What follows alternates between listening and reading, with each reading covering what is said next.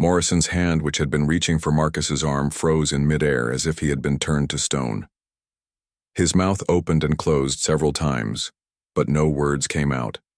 The confidence and aggression that had defined his demeanor, moments earlier, evaporated like water in a desert. Around them, the small crowd of onlookers gasped, and several people activated their own neural recorders to capture what was clearly going to be a significant moment. Lisa Graham smiled slightly, knowing that she had just witnessed what would become the lead story on every news network across the Federation. Henry Cole couldn't suppress a small grin of satisfaction. He had known Marcus was in law enforcement, but had never known the specifics of his work. Now he understood why Marcus had remained so calm throughout Morrison's harassment. "Oh no," Morrison whispered. His mind was racing, trying to find a way out of the situation he had created. "You should have identified yourself immediately." "Morrison," said his voice cracking slightly. "Federal agents are required to identify themselves when questioned by local law enforcement." Marcus closed his credential case with a sharp snap that seemed to echo in the quiet street. "Actually," Officer Marcus said, his voice taking on a harder edge. "Under Terran Federation Law Section 47 subsection 12, a federal agent is not required to identify themselves unless they are conducting official business or making an arrest. I was standing outside my own home minding my own business when you approached me." Morrison's face showed his desperation. "But I had reasonable suspicion. You matched the description of a suspect." "What suspect?" Marcus interrupted. "Show me the report right now. Pull up your computer and show me this burglary suspect I supposedly match." Morrison's silence was deafening. The truth hung in the air between them, obvious to everyone watching. There was no suspect. There had never been a suspect. Morrison had simply seen a black man in an upscale neighborhood and made assumptions based on nothing but prejudice. "That's what I thought," Marcus said quietly. "Officer Morrison, let me explain what's going to happen next. First, you're going to apologize to me right here in front of all these witnesses. Then you're going to apologize to Mr. Cole for threatening him when he tried to correct your mistake." Morrison's jaw clenched. "I was just doing my job." He muttered. "No," Marcus said firmly. "You were racially profiling me. There's a difference. Your job is to protect and serve all citizens, equally regardless of their race. Instead, you saw my skin color and decided I was a criminal. That's not law enforcement, that's prejudice with a badge." The crowd murmured in agreement. Several people were nodding, and one woman called out, "Tell him." Agent Morrison looked around desperately but found no support. Even other officers who might have backed him up under normal circumstances were noticeably absent. "I'm sorry," Morrison finally said, though the words sounded forced. "I apologize, Marcus." Wasn't satisfied. "Sorry for what specifically?" "For stopping you." Morrison said no. Marcus corrected. "Be specific about what you did wrong." Morrison took a deep breath. "I'm sorry for profiling you based on your race." Marcus nodded. "And Mr. Cole," Morrison turned to Henry. "I apologize for threatening you."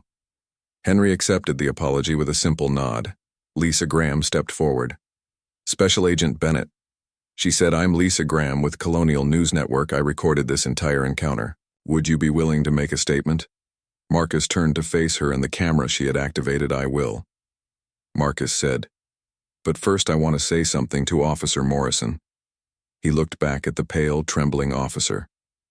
"Officer Morrison, I'm going to file a formal complaint about your conduct today. That complaint will go to your Internal Affairs Division and to the FBI's Civil Rights Division. There will be an investigation. You should expect that investigation to be thorough." Morrison's eyes widened.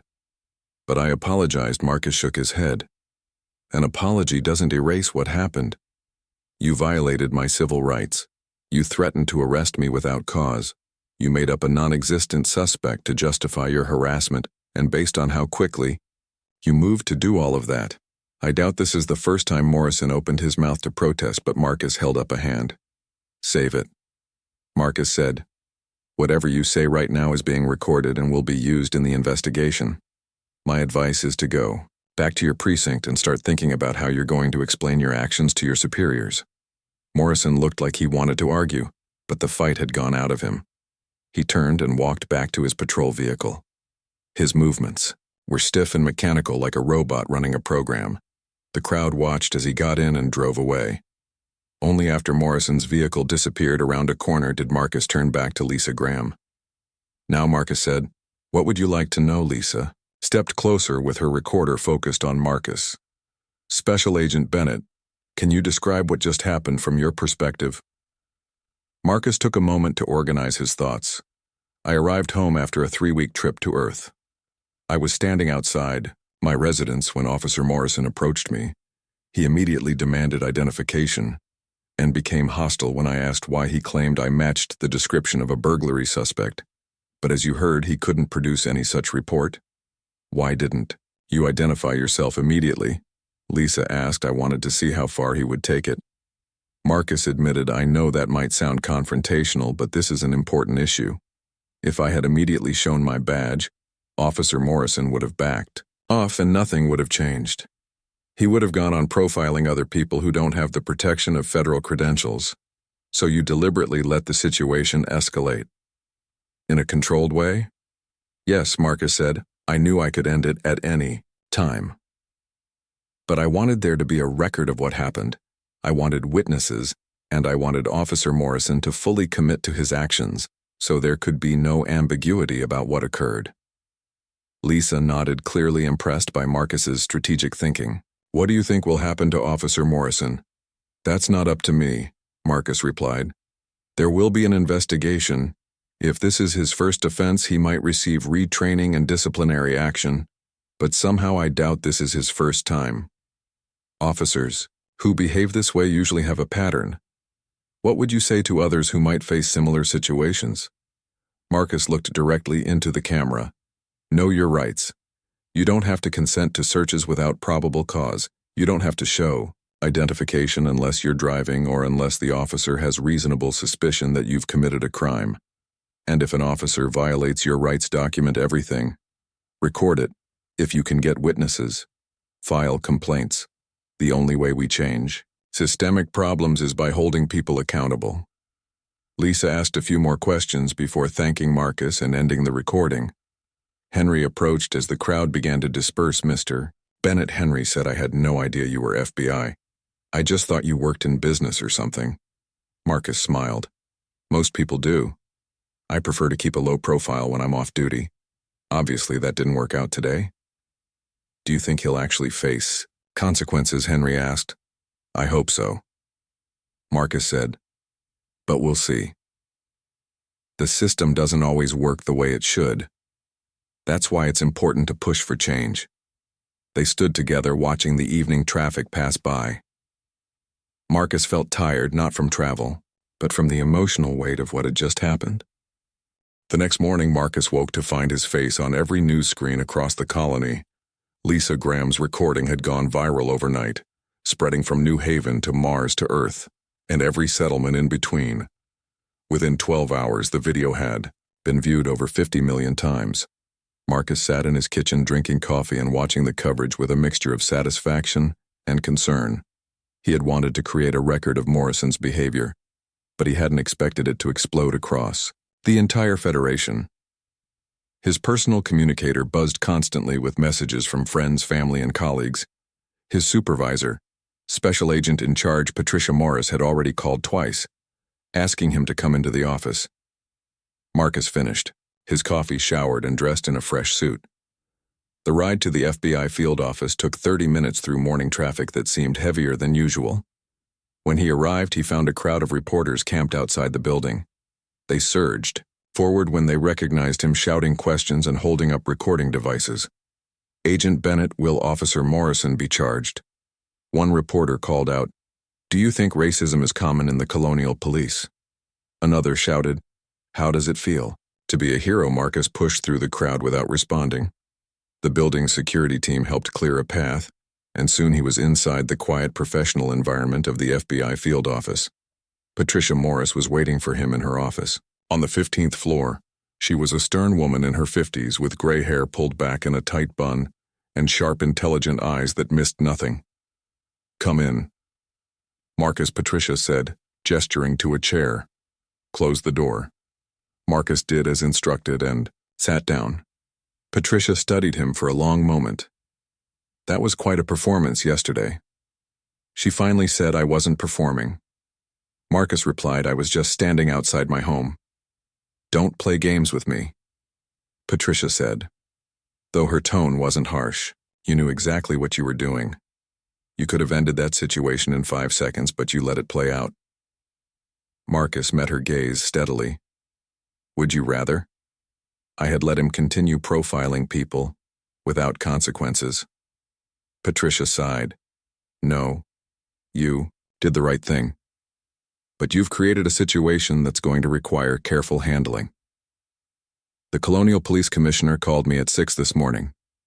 So did the governor, and the Federal Attorney General's office in Washington wants a full report. Marcus hadn't expected the response to be quite this significant. What happens now? Now we do our jobs, Patricia said. Internal Affairs from the Colonial Police is already investigating. We're opening our own investigation through the Civil Rights Division. And you're going to be the key witness, I expected that, Marcus said. What I didn't expect, Patricia continued, is what we found when we started looking into Officer Morrison's record. She pulled up a holographic display that showed a file with dozens of entries, 16 formal complaints in 4 years, Patricia said, all of them alleging racial profiling or excessive force, all of them dismissed or resulting in minimal disciplinary action. Marcus felt his anger rising. How is that possible politics? Patricia answered bluntly. Morrison's uncle is City Councilman Gregory Morrison. He's been protecting his nephew for years. Complaints get buried, witnesses get intimidated. It's a pattern we've seen before, so nothing would have changed if I hadn't pushed it. Probably not, Patricia agreed. But now with the media attention and federal involvement, the councilman can't protect his nephew anymore. The governor has already announced a full review of the Colonial Police Department. Marcus leaned back in his chair, processing this information. Who else is involved? That's what we're going to find out. Patricia said.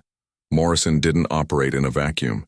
He had partners who backed up his stories, supervisors who approved his reports. We're looking at potential civil rights violations by multiple officers. How many? 12 that we know of so far, Patricia replied. But the investigation is just beginning. We're going through every arrest Morrison made in the past 4 years. Every report he filed, every witness statement. If we find evidence of systematic civil rights violations, this could result in federal oversight of the entire department. Marcus understood the implications. Federal oversight meant that the Colonial Police would lose their independence.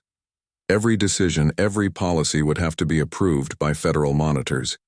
It was a drastic step, but sometimes necessary when local departments couldn't or wouldn't police themselves. What do you need from me, Marcus? Asked your formal statement first, Patricia said. Then I need you to review Morrison's case files. You have a good eye for patterns. If there are other victims who didn't come forward, I want to find them. Marcus nodded. When do we start? Now, Patricia stood and led Marcus to a conference room where 2 other agents were waiting.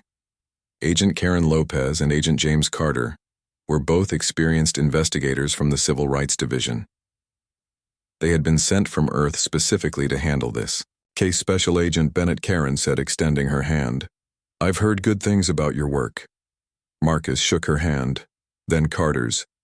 Let's get started for the next 3 hours. Marcus gave his detailed statement. He described everything from the moment Morrison approached him to the final apology. Karen and Carter asked hundreds of questions, probing every detail. They wanted to know Morrison's exact words, his body language, his demeanor. They asked about witnesses and whether Marcus had felt threatened. After the formal statement, they pulled up Morrison's case files.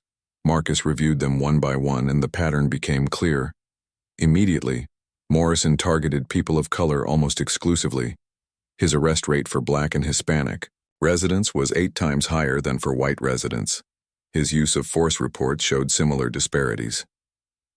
Look at this, Marcus said, pointing to a cluster of arrests from 2 years ago.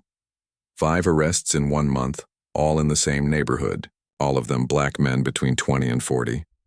All of them charged with disorderly conduct or resisting arrest. All of them had the charges dropped later. Carter made notes. That's a clear pattern. And look at the arrest reports, Marcus continued. The language is almost identical. Morrison is using the same justification for every arrest. Suspicious behavior, failure to identify. It's like he has a template. Karen pulled up another file. What about this one? Marcus read through it. This is worse. A black woman arrested for trespassing outside her own workplace. Morrison claimed she couldn't prove she worked there. Her employer had to come to the station to get her released. The charges were dropped and she filed a complaint, which went nowhere. Carter finished. Exactly, Marcus said. Someone in the department has been protecting Morrison. They spent the rest of the day going through files. By evening, they had identified 43 potential victims of Morrison's profiling. Some had filed complaints, most had not. All of them had been failed by a system that should have protected them.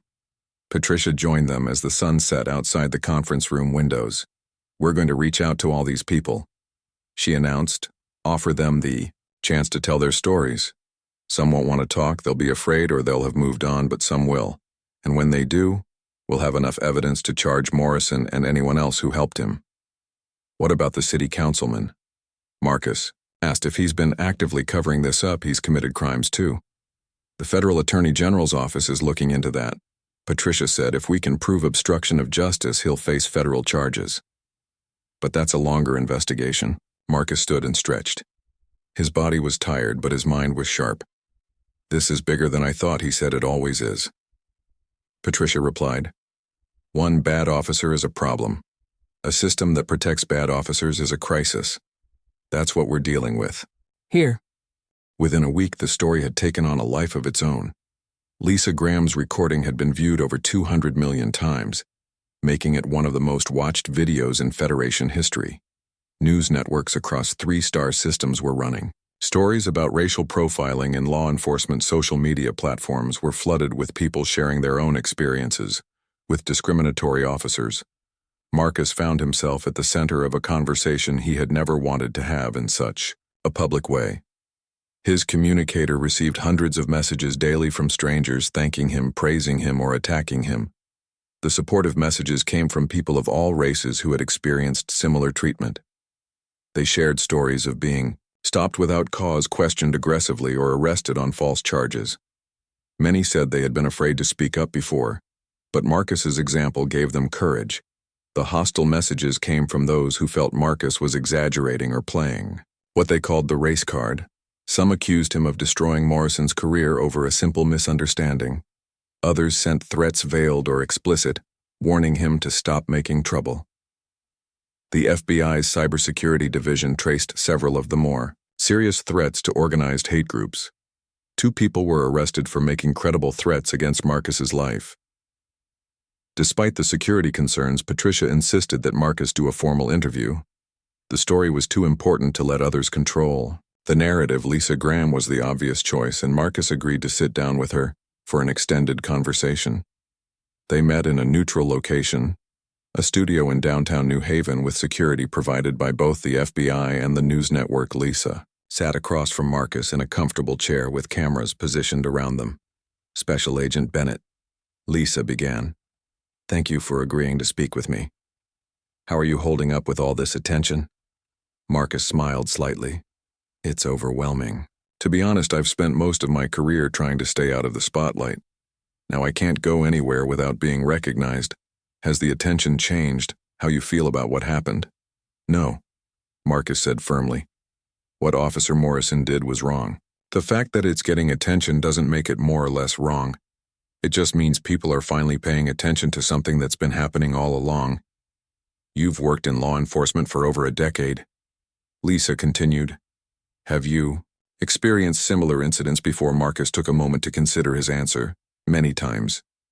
Too many to count. Sometimes it's subtle, like getting extra scrutiny when I show my badge. People assuming I'm lying about who I am. Other times it's more direct, like Morrison's harassment. The uniform and badge usually prevent the worst of it, but the assumptions are always there. Can you give us an example? Marcus nodded. When I was still in the Defense Force stationed on Mars, I went into a store. On my day off, I was in civilian clothes just shopping. Security followed me the entire time. When I tried to pay with my military credit card, the cashier called security because she didn't believe it was really mine. I had to show my military ID, and even then the manager wanted to verify it with my commanding officer. All because they couldn't imagine that a black man could be an officer in the defense force. That must have been frustrating. Frustrating doesn't begin to cover it, Marcus said. But you learn to deal with it. You develop coping strategies, you carry extra identification. You're always polite, even when others aren't. You never give anyone an excuse to confirm their prejudices. It's exhausting. Lisa leaned forward. Some people have criticized you for not identifying yourself immediately to Officer Morrison. They say you deliberately escalated the situation. How do you respond to that? I respond by saying, they're missing the point. Marcus said, if I had immediately shown my badge, Morrison would have backed off. He would have apologized, maybe, and then he would have gone right back to profiling other people who don't have the protection of federal credentials. By letting it play out, I created a record. I got witnesses. And I forced Morrison to fully commit to his actions so there could be no ambiguity about what happened. So you wanted this to become public. I wanted there to be accountability. Marcus corrected. I didn't know it would go viral, but I'm glad it did, because now we're having conversations that needed to happen. People are sharing their stories. Departments are reviewing their policies. That's all good. The investigation has revealed that Officer Morrison has 16 formal complaints against him, Lisa said. Were you surprised by that? Not at all, Marcus replied. Officers who behave like Morrison did don't suddenly start. It's a pattern. What surprised me is that those complaints went nowhere. That tells me there's a systemic problem, not just one bad officer. You're talking about the allegations that City Councilman Gregory Morrison protected his nephew. Among other things, Marcus said, look, when complaints are dismissed without investigation, when officers with multiple complaints stay on the street when witnesses are intimidated, something is very wrong. This goes beyond one councilman or one officer. This is about a culture that allowed this behavior to flourish. Lisa asked several more questions about the investigation, but Marcus couldn't discuss many details. Finally, she asked the question that had been on everyone's mind. Do you think things will really change? Or will we just move on to the next news story and forget about this? Marcus took a deep breath, I think. Change is possible, but not inevitable. Change requires sustained effort. It requires people to stay engaged even after the cameras leave. It requires holding officials accountable. And it requires recognizing that racism isn't just about individual, bad actors. It's about systems and policies and cultures that need to be reformed. What can ordinary people do? Lisa asked. Speak up, Marcus said. If you see injustice, don't look away. If you experience discrimination, file complaints. If you're in a position of power, use it to create change. Support organizations that fight for civil rights. Vote for leaders who take these issues seriously. And most importantly, listen to the experiences of people who face discrimination. Believe them when they tell you what's happening. The interview continued for another hour, covering everything from Marcus's background to his vision for the future of law enforcement. When it was over, Lisa thanked him and promised the piece would air that evening. Marcus left the studio and returned to his apartment. He felt drained emotionally and physically. The security team that now accompanied him everywhere remained outside as he entered his home. Marcus made dinner and tried to relax, but his mind kept returning to the case. He thought about all the people Morrison had harassed over the years. He thought about the ones who had complained and been ignored. He thought about the system that had failed them. His communicator buzzed with a message from Patricia. The piece just aired, 15 million live viewers, social media is exploding. Marcus turned on his screen and found the interview already being shared and discussed across every platform. Comments rolled in by the thousands. Most were supportive, but plenty were hostile. He watched for a few minutes, then turned it off. He had said what needed to be said. Now it was up to others to decide what to do with it. That night, Marcus lay awake thinking about his grandfather. The old man had been a sharecropper in Alabama. In the days before the Federation, when America was still divided and racism was openly codified into law, he had lived through the civil rights movement and had stories about marches and protests and violence. Marcus had always felt grateful that he lived in a more enlightened time. But incidents like the one with Morrison reminded him that progress was fragile, that the work of building a just society was never finished. His grandfather had once told him that every generation has to fight the same battles. The details change, but the struggle continues. Marcus hadn't understood then, but he did now. 3 weeks into the investigation, Karen Lopez sat in an interview room with a woman named Sharon Williams. Sharon was 42 years old and worked as a nurse at New Haven General Hospital. 2 years earlier, Officer Morrison had arrested her for trespassing outside her own workplace. Sharon sat nervously, twisting her hands. "I don't know why I agreed to talk to you," she said quietly. "I just want to forget what happened." "We understand," Karen replied gently. "But your story could help prevent this from happening to others. Can you tell us what happened that night?" Sharon took a deep breath. "I was working the night shift. My shift ended at 7 in the morning. I came outside to wait for my husband to pick me up. I was standing on the sidewalk, right outside the main entrance. What happened next? This police officer pulled up. I didn't know his name then, but later I learned it was Morrison. He got out and asked what I was doing. I told him I worked there and was waiting for my ride. He asked for identification. Did you show him your ID? Yes, I showed him my hospital employee badge and my regular ID, but he said that wasn't enough. He said I had to prove I actually worked there. I tried to explain that my shift had just ended, that I had been inside working all night, but he wouldn't listen. What did Officer Morrison do then? He said I was trespassing. Sharon's voice shook.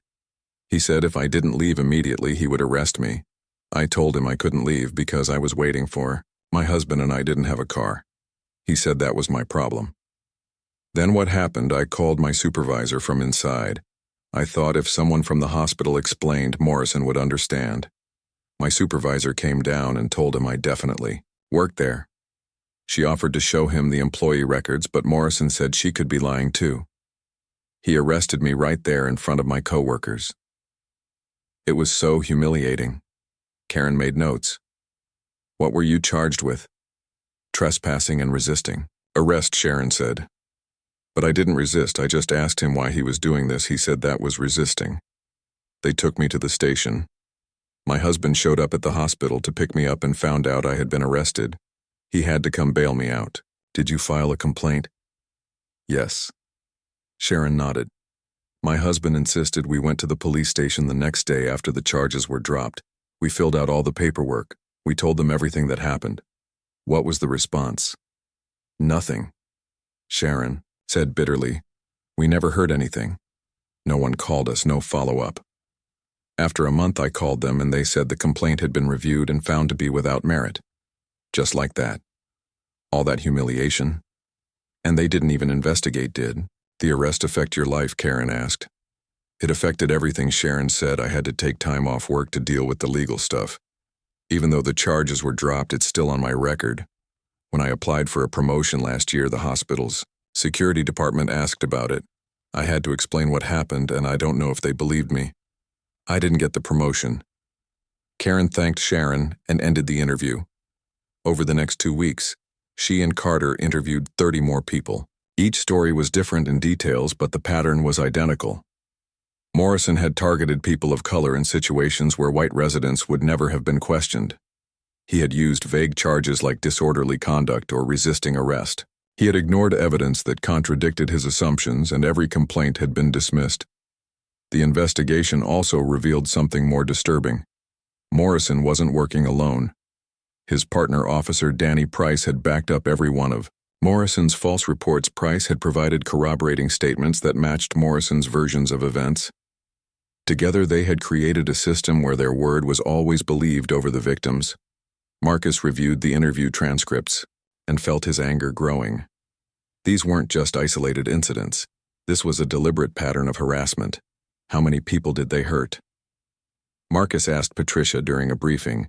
We've identified 43 confirmed cases, Patricia replied. But there are probably more.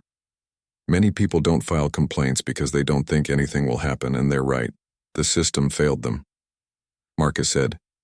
Every single time, Patricia nodded grimly. Which is why the federal attorney general has authorized a full civil rights investigation. We're not just looking at Morrison and Price anymore. We're looking at the entire Colonial Police Department who approved these complaint dismissals. Captain Linda Hayes from Internal Affairs, Patricia, said she signed off on every single one. We're interviewing her tomorrow. Marcus wanted to be there, but Patricia shook her head. You're too close to this. Let Karen and Carter handle it. The next day, Captain Hayes sat in the same interview room where Sharon Williams had told her story. Hayes was 50 years old with 30 years in law enforcement. She looked tired and defeated. Captain Hayes. Karen began, "Thank you for coming in. We want to ask you about the complaint process in your department." Hayes nodded. "I know why I'm here. I've been expecting this. Can you explain how complaints against officers are investigated?"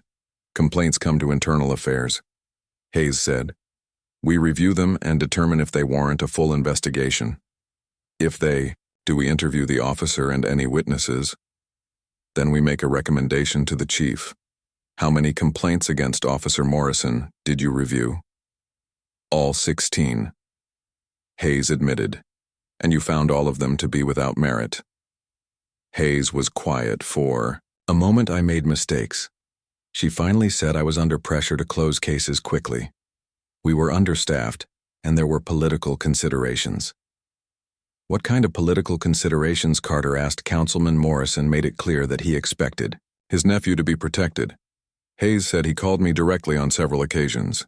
He suggested that complaints were just disgruntled criminals trying to get back at officers. He reminded me that the city council controlled our budget, so you dismissed complaints to please a councilman. I told myself I was being practical. Hayes said that I was protecting the department. But I was wrong. I failed those people. I failed my duty. Karen and Carter asked more questions. Hayes described a culture of protecting officers at all costs. She talked about pressure from the police union, from city officials, from senior officers who didn't want trouble. She admitted that complaints from people of color were taken less seriously than complaints from white residents. By the end of the interview, Hayes was in tears. "I'm going to resign," she said. "It's the least I can do." "That won't be enough," Carter said. "You obstructed justice. You helped cover up civil rights violations. You're going to face criminal charges." Hayes nodded. "I understand. I deserve it." When Marcus heard about Hayes's confession, he felt a mix of satisfaction and sadness. Satisfaction that there would be accountability. Sadness that it had taken so long. But the investigation wasn't over. The federal Attorney General's office announced they were examining City Councilman Morrison's role. Phone records showed dozens of calls between the councilman and Captain Hayes. Emails revealed that the councilman had threatened to cut the police department's budget if his nephew wasn't protected. There were also records of the councilman pressuring witnesses to drop their complaints. The case was building. Meanwhile, back on Earth, the Federation Senate held hearings about law enforcement practices across all colonies. Senators called for reforms, including independent oversight, federal standards for training, and mandatory reporting of all use of force incidents. Mars Colony announced they were implementing new policies. Europa followed. Even Earth's police departments began reviewing their procedures. Marcus watched all this unfold with cautious optimism. Change was happening, but he knew it could be temporary. People had short memories.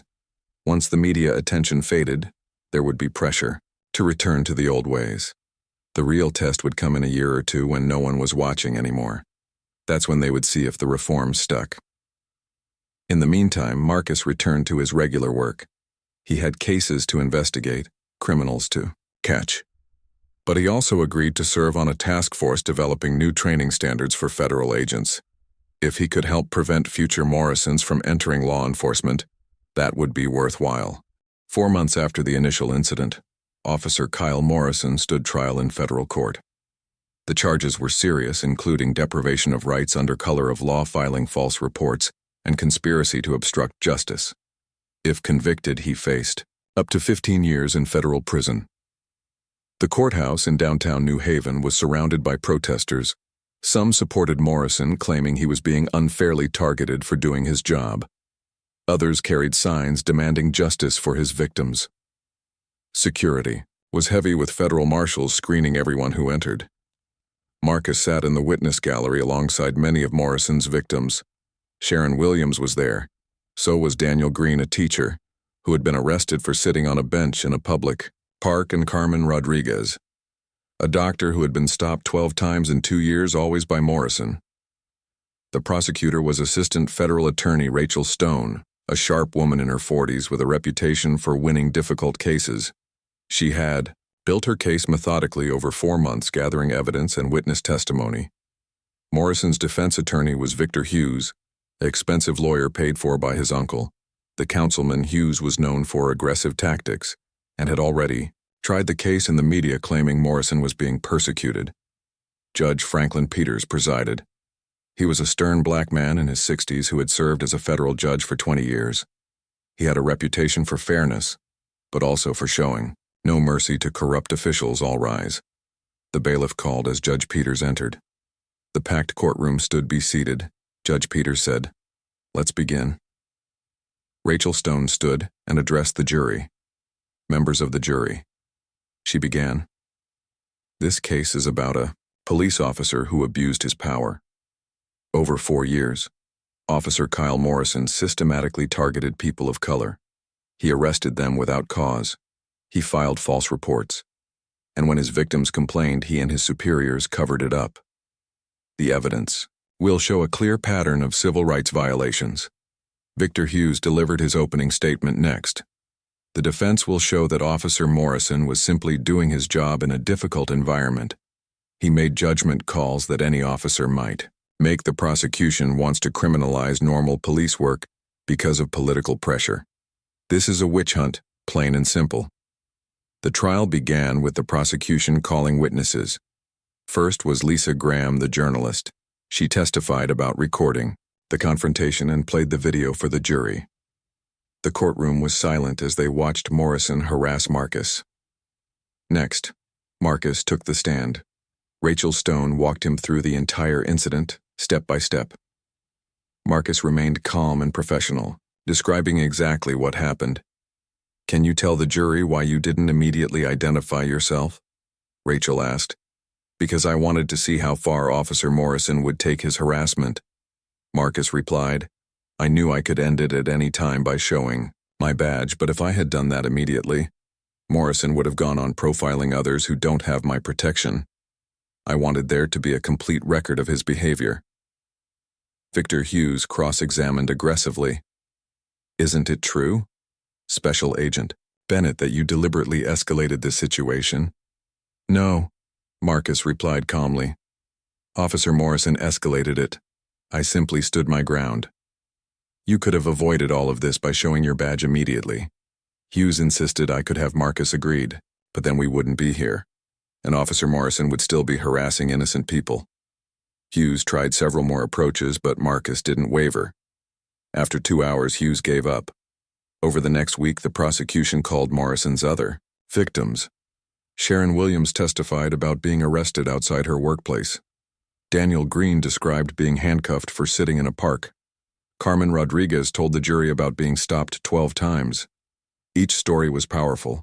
Each witness described the humiliation and fear, and each one had filed a complaint that went nowhere. The prosecution also called expert witnesses. A statistician showed that Morrison's arrest rate for people of color was 8 times higher than for white residents. Police procedures expert testified that Morrison had violated standard practices. A psychologist discussed implicit bias and how it affects decision-making. The defense tried to poke holes in the testimony. Hughes suggested the victims were exaggerating. He argued that Morrison was working in high-crime areas, which explained the statistics. He brought in character witnesses who testified that Morrison was a good officer and family man, but the evidence was overwhelming. When Officer Danny Price testified as part of his plea agreement, the case became even stronger. Price had agreed to cooperate in exchange for a reduced sentence. I backed up everything Morrison said. Price testified. Even when I knew it wasn't true. He was my partner, and I thought I was being loyal, but I was wrong. We hurt innocent people. Why did you go along with it? Rachel asked. Because that's the culture, Price said. You back up your partner no matter what. And Morrison made it clear that if I didn't support him, I'd be isolated. No one would have my back if I got in trouble. Did anyone in the department know what you and Morrison were doing? Captain Hayes knew. Price replied. We'd submit our reports and she'd sign off on them, even when they were obviously false. She never questioned anything. The prosecution rested after 2 weeks. The defense called Morrison to testify in his own defense. Morrison looked nervous as he took the stand. His earlier arrogance had disappeared. Victor Hughes walked him through his version of events. I was just trying to keep the neighborhood safe. Morrison said, I saw someone who looked out of place and I approached him. That's my job. Why did you think Special Agent Bennett looked out of place? Rachel asked during cross-examination. He was dressed expensively, Morrison said.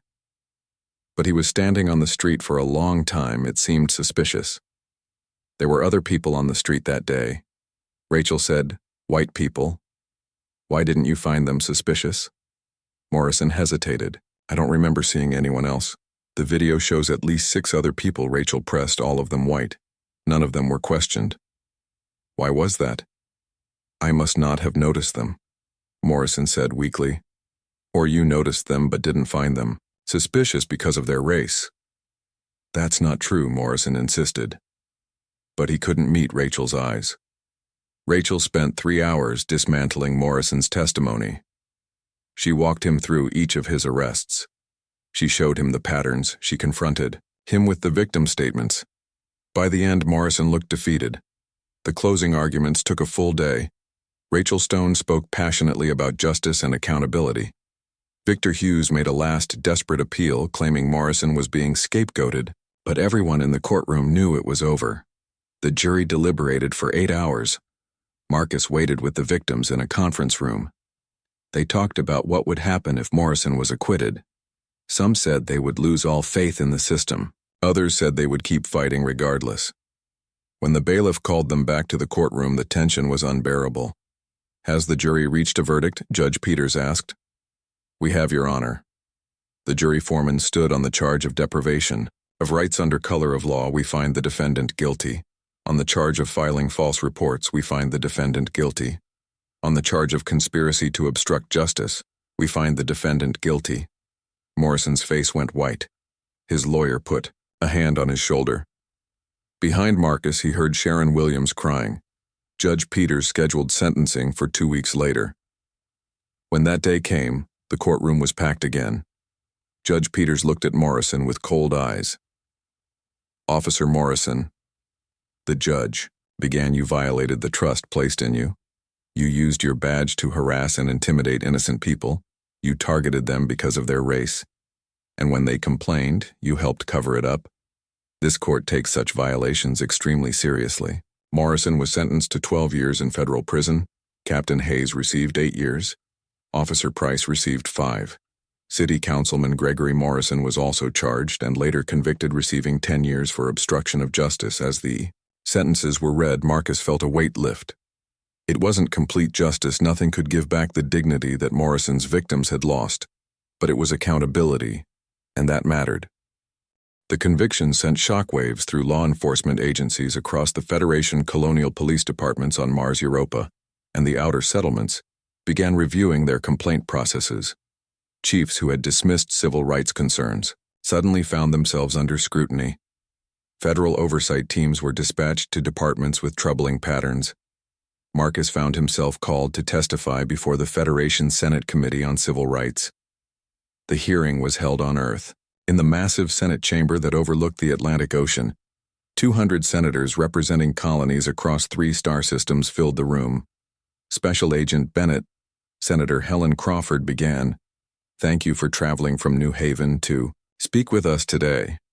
Your experience has sparked an important conversation about law enforcement practices. What would you recommend we do to prevent future incidents like yours? Marcus sat at the witness table with cameras broadcasting his testimony. Across the Federation, Senator, I would recommend 3 main reforms. First, establish independent civilian oversight boards in every jurisdiction. Police departments shouldn't investigate themselves. Second, create mandatory federal standards for training, including extensive instruction on implicit bias and de-escalation. Third, implement a national database of officer misconduct so that bad officers can't simply move to another department. Senator Richard Cole from Mars Colony spoke next. Some have argued that federal oversight would interfere with local control. How would you respond to that concern? I would say that civil rights aren't a local issue. Marcus replied, every citizen of the Federation deserves equal protection under the law until local departments fail to provide that protection. Federal intervention becomes necessary.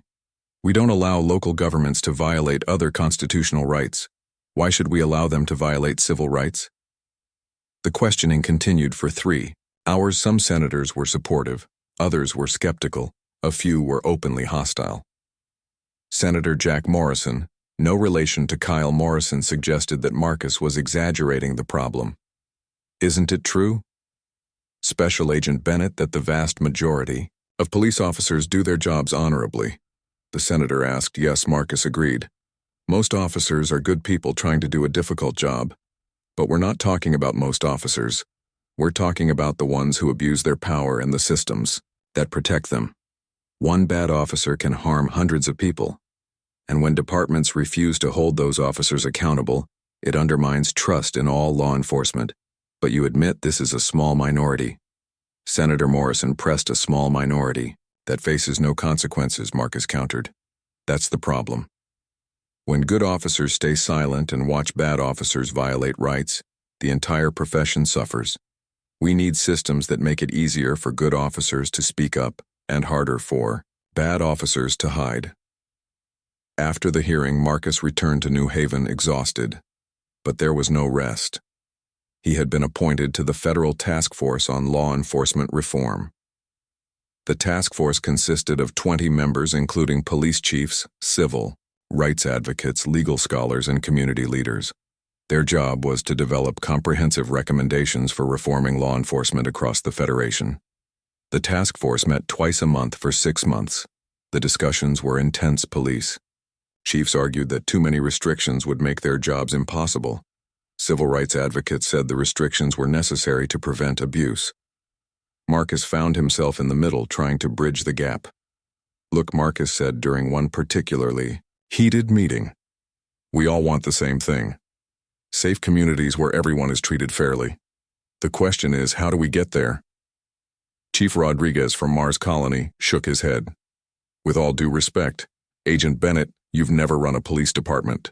You don't understand the pressures we face. You're right. Marcus agreed. I haven't. But I understand what it's like to be on the receiving end of biased policing.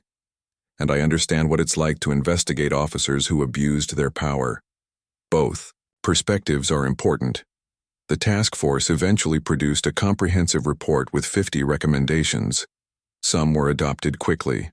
All federal law enforcement agencies implemented new bias training.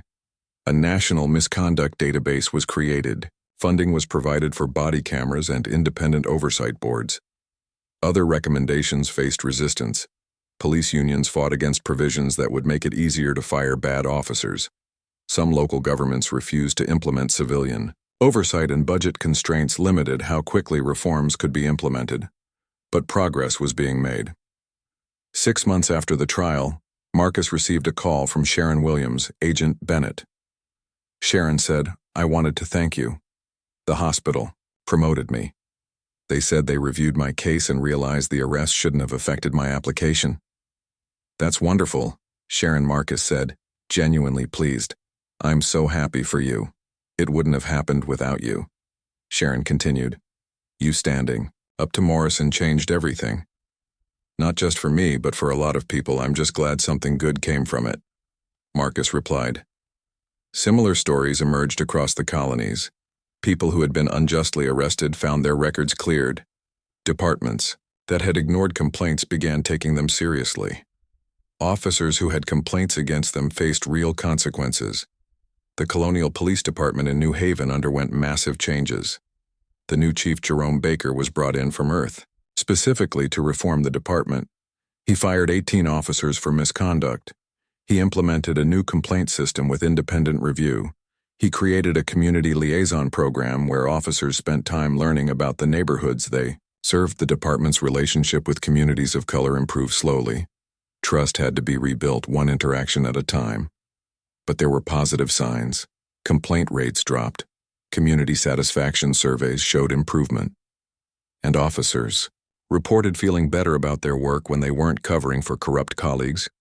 Marcus visited one of the community liaison meetings 6 months after the trial. Officer Jamie Peterson, a young white woman, was meeting with residents of a predominantly black neighborhood. The atmosphere was tense at first. People had been burned too many times.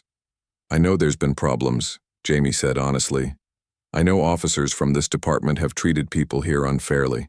I can't undo that. All I can do is promise that I'll do better, and I need your help to do that. Tell me what you need. Tell me what's not working. Help me be a better officer." Slowly, people began to talk. They talked about being afraid to call police even when they needed help. They talked about their children being harassed. They talked about feeling like they were guilty until proven innocent. Jamie listened without getting defensive. She took notes. She asked questions. By the end of the meeting, there was cautious optimism. One elderly man named Joseph stood up, Officer Peterson. He said, "I've lived here 40 years. I've seen a lot of bad police, but I appreciate you coming here and listening.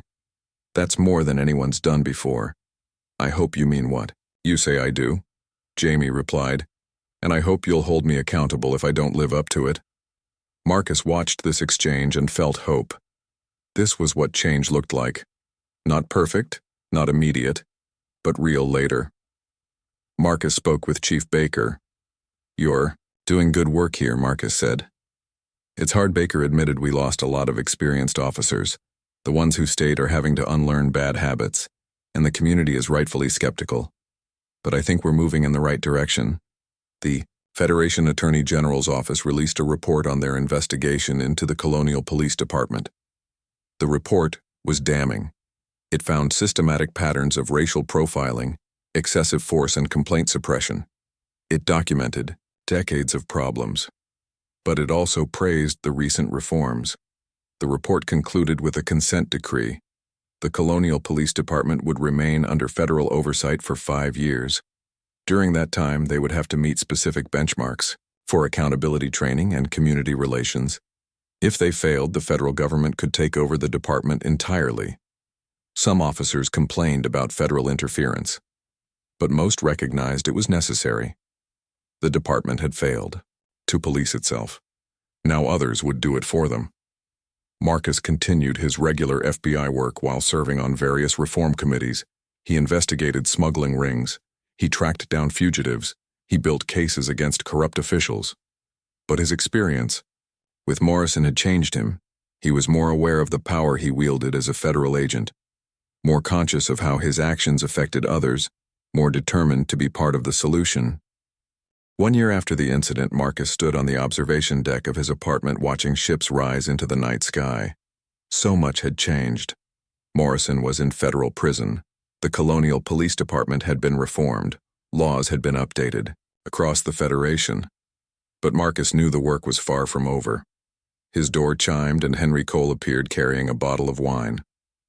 "Thought you might want some company," Henry said. "It's been quite a year." Marcus smiled and let him in. That's an understatement.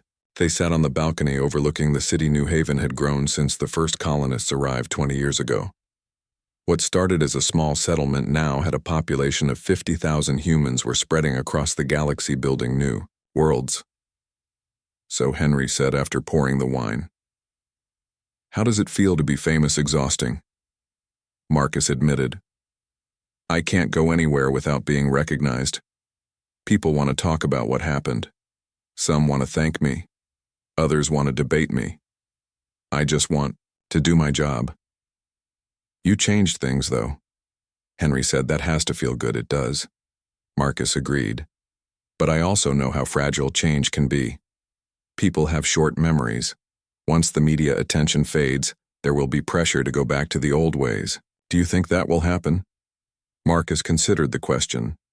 Some places, yes. There are still plenty of people who don't see racial profiling as a problem, who think officers like Morrison were just doing their jobs. Those attitudes don't disappear overnight. But some things have changed permanently. The misconduct database means bad officers can't just move to new departments. The oversight boards provide accountability. The training programs are teaching new officers to recognize their biases. It's progress, even if it's not perfect. Henry nodded. What about you? What's next? Marcus smiled. Funny you should ask. I've been offered a promotion. Deputy Assistant Director of the Civil Rights Division. Henry's eyes widened. That's a big deal. Are you going to take it? I don't know. Marcus admitted. It would mean moving to Earth, working at headquarters, more politics, less field work. Part of me wants to stay here and keep doing what I'm doing. But maybe I could have more impact from Washington. What does your gut tell you? My gut says that change happens at all levels. Marcus replied. We need people in the field holding individual officers accountable, and we need people in leadership positions shaping policy. I can do more good in leadership right now. So you're going to take it? Probably, Marcus said. Though I'll miss New Haven. This place feels like home. They sat in comfortable silence for a while. Below them, the city glowed with lights. Hovercars moved through aerial traffic lanes in the distance. The spaceport launched another ship toward the stars. Can I ask you something? Henry said. Sure. Do you think humanity will ever move past racism? Or will we carry it with us forever? Marcus took a long drink of wine before answering. Think every generation gets a little better. My grandfather grew up in a time when segregation was legal. He couldn't drink from the same water fountains as white people, couldn't attend the same schools. My father grew up when those laws were gone, but the attitudes remained. He faced discrimination his whole life, but at least he had legal recourse. I grew up in a time when we claimed to be beyond all that. But as you've seen, the reality doesn't always match the rhetoric. But things are better, Henry observed. They are, Marcus agreed. Not perfect, but better. And I have to believe my children will grow up in an even better world, that each generation will continue the work. It's not a problem that gets solved once and for all. It's a constant effort. That's what makes it hard, Henry said, knowing the work never ends. But that's also what makes it worthwhile. Marcus replied, every small improvement matters. Every person we help, every system we reform, it all adds up. The conversation turned to lighter topics. They talked about sports and food and the latest entertainment broadcasts from Earth. Eventually, Henry left and Marcus was alone with his thoughts. He walked through his apartment thinking about the past year. On his desk was a stack of letters from Morrison's victims.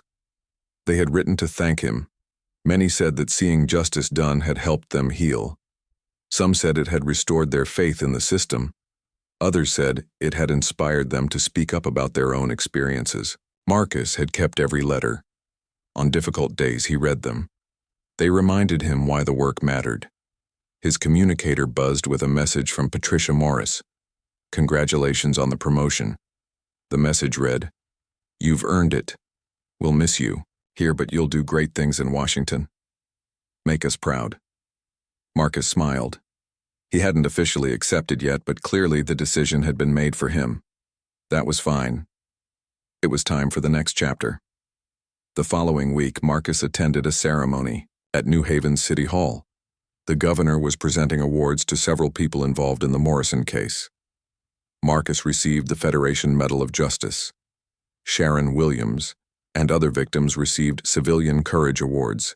Chief Baker received recognition for reforming the police department. Even Lisa Graham received an award for her journalism. During the ceremony, the governor spoke about the importance of civil rights and equal justice. He talked about the progress made and the work still ahead. He praised Marcus specifically for his courage and professionalism. But the moment that meant the most to Marcus came afterward. A young black boy about 10 years old approached him shyly. His mother stood behind him, encouraging. "Excuse me, sir," the boy said. "Are you Agent Bennett?" "I am," Marcus replied, kneeling down to the boy's level. "What's your name, Kevin?" The boy said. "My mom says you're a hero." "I'm not a hero," Marcus said gently. "I'm just someone who stood up for what was right." The boy thought about this. "Can I be an FBI agent when I grow up?" "Absolutely," Marcus said. "You can be anything you want to be. Don't let anyone tell you otherwise." "Even if I'm black?" Kevin asked. The question hit Marcus hard.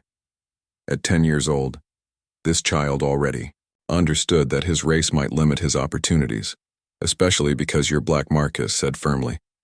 "The FBI needs people from all backgrounds, people who understand different communities, who can see things from different perspectives. You'd make a great agent." Kevin smiled brightly.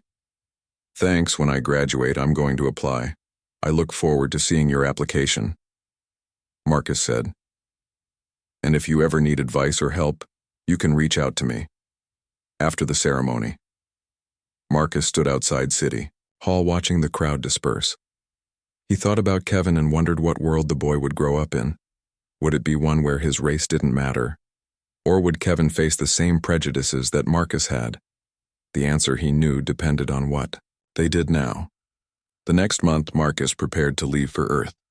He packed his belongings, he said goodbye to colleagues and friends. Henry helped him organize a farewell dinner. On his last night in New Haven, Marcus took one final walk through the city. He passed by the spot where Morrison had confronted him. Someone had placed a small memorial there, a plaque that read, "Here, Special Agent Marcus Bennett stood for justice." May we all have the courage to do the same. Marcus hadn't known about the memorial. It touched him deeply. His actions that day had been about holding one officer accountable, but they had become something larger, a symbol, a catalyst for change. The next morning, Marcus boarded a shuttle to the spaceport. The journey to Earth would take 3 weeks. He settled into his seat and looked out the window as the shuttle lifted off. New Haven grew smaller below him. From this height, the city looked peaceful and orderly. You couldn't see the struggles, the injustices, the slow, hard work of building a better society. But Marcus knew it was there as the shuttle broke through the atmosphere and into the black of space. Marcus thought about the future.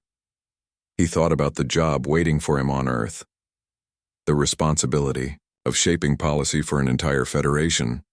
He thought about all the people like Kevin who were counting on him, and he thought about his grandfather. The old man had once told him that the arc of history bends toward justice, but it doesn't bend on its own. It takes people willing to push it, to fight for it, to never give up even when progress seems impossible.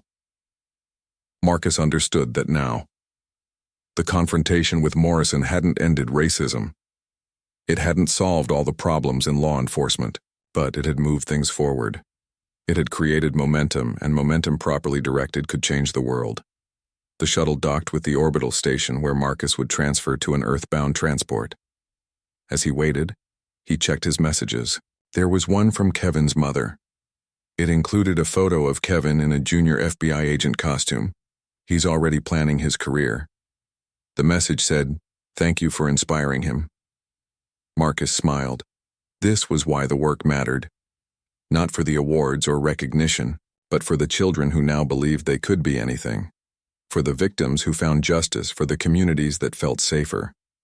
For the slow, patient building of a society that lived up to its ideals. The transport arrived, and Marcus boarded. Earth waited. New challenges waited. But for the first time in a long time, Marcus felt genuinely hopeful. Not because the problems were solved, but because people were finally willing to confront them, to admit the truth, to do the hard work of change. And that, he knew, was the real beginning. As the transport accelerated toward home, Marcus looked out at the stars. Humanity had traveled so far, built cities on alien worlds, achieved wonders that earlier generations couldn't have imagined. But the greatest journey wasn't across space, it was the journey toward justice, toward equality. toward recognizing the fundamental dignity of every person. The year was 2247, and humanity had spread across the stars like seeds carried by cosmic winds.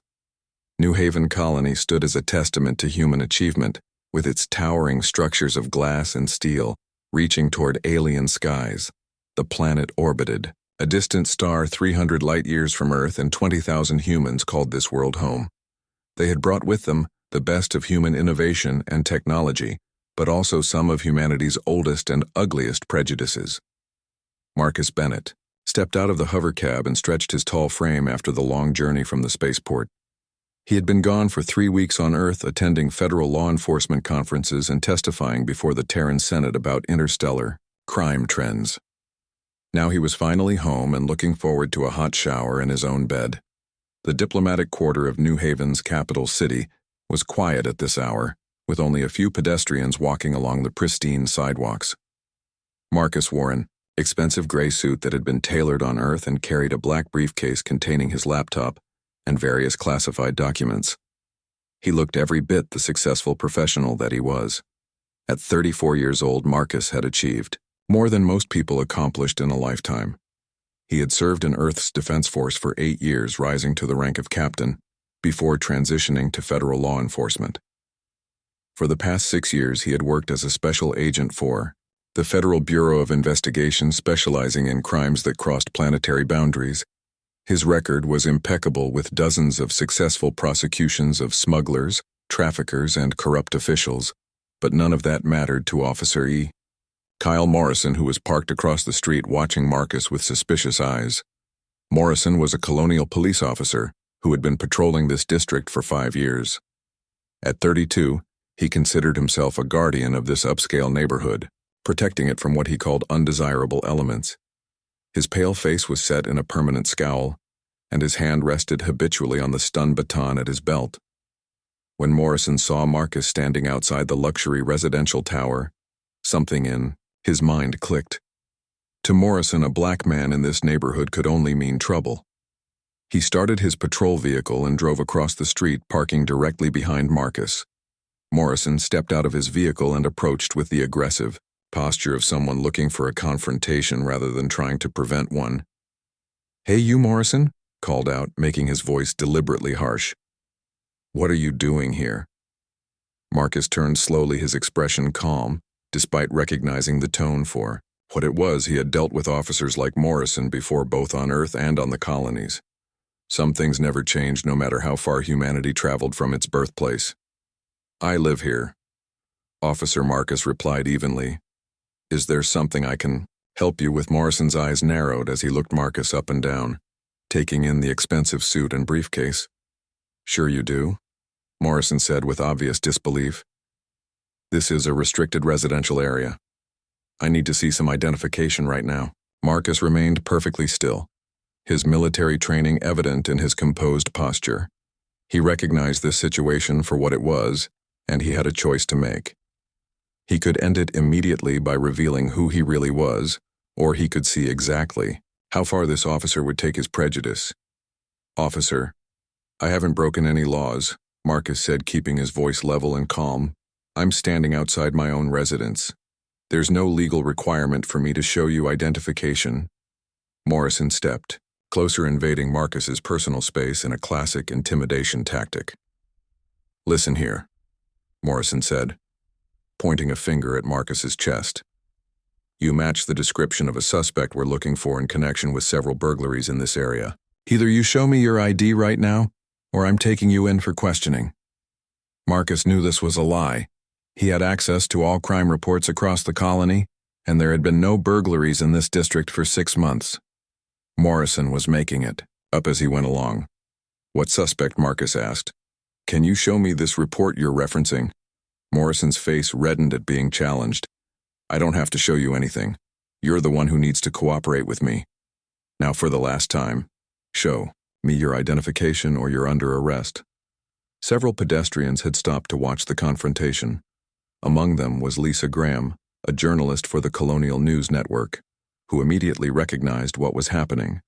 She activated her neural recorder, which was standard issue for all journalists in the Federation. The device would record everything she saw and heard, creating a permanent digital record. Also watching from the building's entrance was Henry Cole, the head of security for the residential tower. Henry had worked there for 12 years and knew Marcus well. He stepped forward, hoping to defuse the situation before it escalated further. "Officer Morrison," Henry called out as he approached.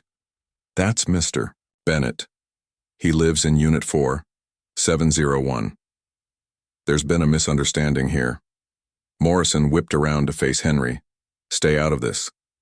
"Cole." Morrison snapped. "This is official police business. If you interfere, I'll charge you with obstruction." Henry stopped but didn't back away. "Sir, I'm just trying to help. I've known Mr. Bennett for 3 years. He's a resident here and he's not causing any trouble. I said stay out of it." Morrison shouted. Marcus caught Henry's eye and gave a subtle shake of his head. The last thing he wanted was for Henry to get in trouble for defending him. "It's all right, Henry," Marcus said quietly. "Let the officer do his job." Morrison turned back to Marcus with a triumphant expression. "Smart move. Now turn around and put your hands behind your back. You're under arrest for failure to identify disorderly conduct and resisting arrest." As Morrison reached for his restraints, Marcus made his decision. He had given Morrison every chance to back down, and the officer had chosen to continue. Now there would be consequences before you make what will be the biggest mistake of your career, Marcus said softly. "You might want to see something." Marcus slowly reached into the inner pocket of his suit jacket. His movements were deliberate and careful, designed not to provoke any violent response from the increasingly agitated officer. Morrison's hand moved to his stun baton, but he didn't draw it. Marcus withdrew a leather credential case and held it up. Then, with a practiced flick of his wrist, he opened it. The holographic badge materialized in the air between them, glowing with soft blue light. It displayed the distinctive seal of the Federal Bureau of Investigation. Underneath the seal was Marcus's official identification photograph, his name and his ranking: Special Agent, Marcus Bennett, Federal Bureau of Investigation, Interstellar Crimes Division, badge number 7421, authorization level Omega-3. The effect was immediate and dramatic. Morrison's face went from angry red to deathly pale in the space of a single heartbeat.